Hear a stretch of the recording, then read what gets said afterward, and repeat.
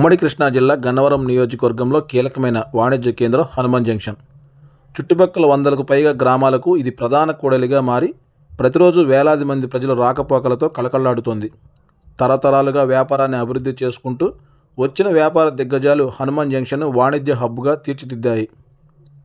ముఖ్యంగా రాత్రివేళ వ్యాపార కార్యకలాపాలు సాగాలంటే సెంట్రల్ లైటింగ్ ఎంతో కీలకం.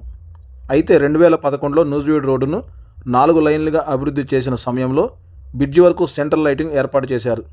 2014లో కొద్ది రోజులు మాత్రమే ఆ లైన్లు వెలుగులు చెందాయి. తరువాత కరెంటు బిల్లుల భారం కారణంగా సెంట్రల్ లైటింగ్ పూర్తిగా నిలిచిపోయింది. కూటమి ప్రభుత్వం రాకముందే విజయవాడ రోడ్లో 73 లైట్లు స్తంభాలు ఏర్పాటు చేశారు.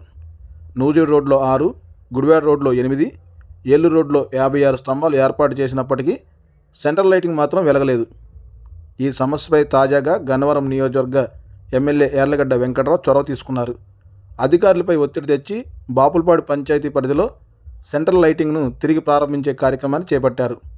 దీనికి సంబంధించిన ఎలక్ట్రికల్ పనులు డిసెంబర్ 27వ తేదీ శనివారం నుంచి ప్రారంభం కానున్నాయి. అన్నీ అనుకున్న విధంగా జరిగితే 2026 జనవరి 1 నాటికి హనుమాన్ జంక్షన్ సెంట్రల్ లైటింగ్ వెలుగులు విరజిమ్మే అవకాశం ఉంది.